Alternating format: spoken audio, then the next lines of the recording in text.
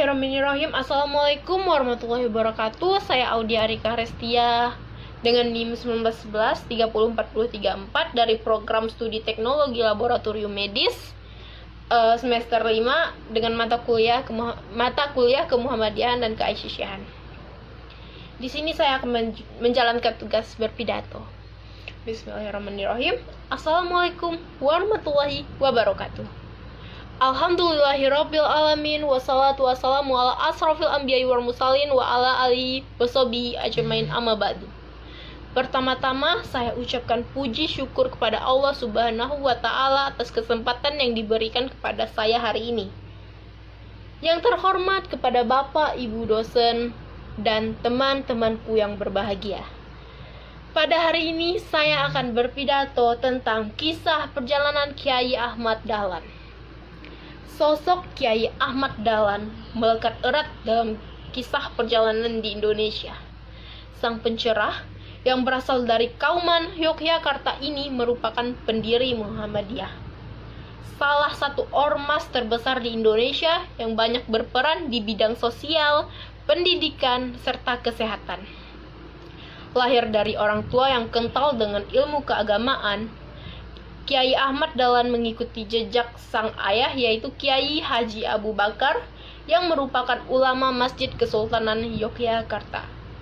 Selama di Mekah, Kiai Ahmad Dahlan belajar dari Syekh Ahmad Khotib dan ulama-ulama lainnya dan mempelajari pemikiran dari Muhammad Abduh, Abdul Wahab, Jamaluddin Al-Ghafani, dan Rashid Ridho.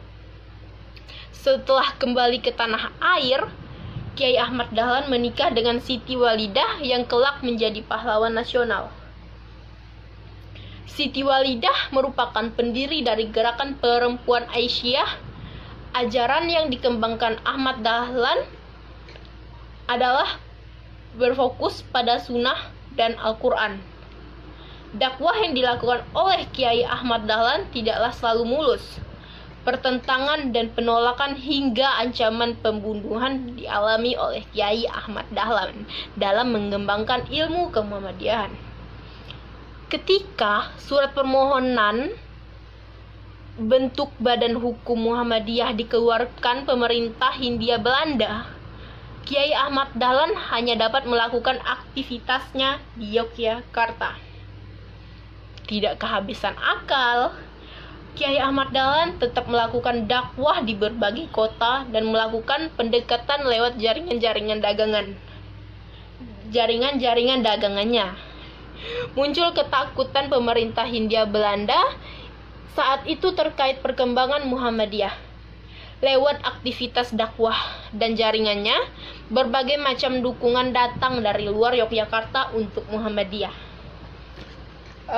Pada suatu waktu, Muhammadiyah dianggap melakukan tafsir Al-Quran oleh organisasi Islam lainnya pada Kongres Al-Islam di Cirebon.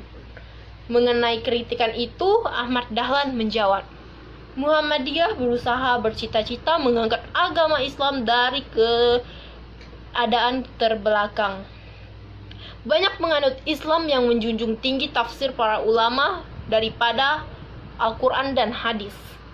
Umat Islam harus kembali kepada Al-Quran dan hadis, harus mempelajari langsung dari sumbernya dan tidak hanya melalui kitab-kitab tafsir, kata Kiai Ahmad Dahlan saat itu.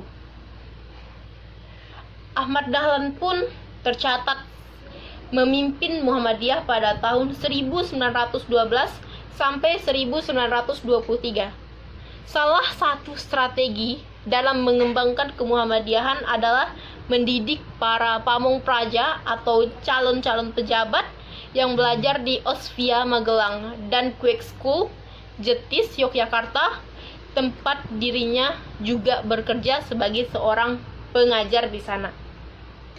Setelahnya, Kiai Ahmad Dahlan juga mendirikan sekolah keguruan yang bernama Madrasah Mu'alimin atau Quick School Muhammadiyah dan Madrasah Mu'alimat atau Quick School Putri Muhammadiyah. Atas dedikasinya yang kuat saat itu, sekarang Kiai Ahmad Dahlan menerima gelar sebagai pahlawan nasional yang salah satu seseorang yang berperan penting dalam mendirikan kemuhammadiyahan di Indonesia. Sekian dari saya. Terima kasih. Wabillahi taufik wal hidayah. Wassalamualaikum warahmatullahi wabarakatuh.